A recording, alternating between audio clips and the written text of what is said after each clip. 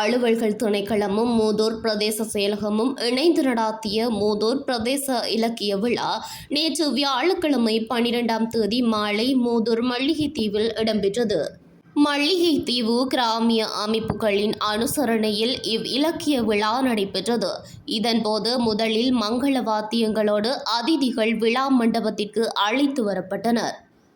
இதன் பின்னர் தமிழர்களின் பாரம்பரிய விளையாட்டான சிலம்பாட்டம், நடனங்கள் என பல்வேறு கலை நிகழ்வுகள் இடம்பெற்றன.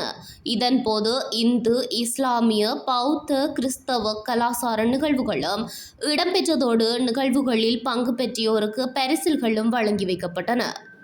இந்நிகழ்வில் முதன்மை விருந்தினராக மூதூர் பிரதேச செயலாளரும் சட்டம் முதுமானியுமான ஃபிர்னாஸ் இஸ்மாயில் கலந்து சிறப்பித்தார்.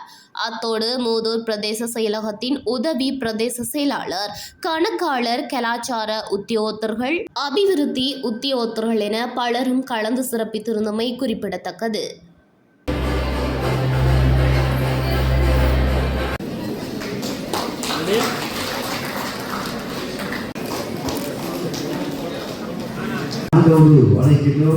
அதனை நெறியாளுகை செய்த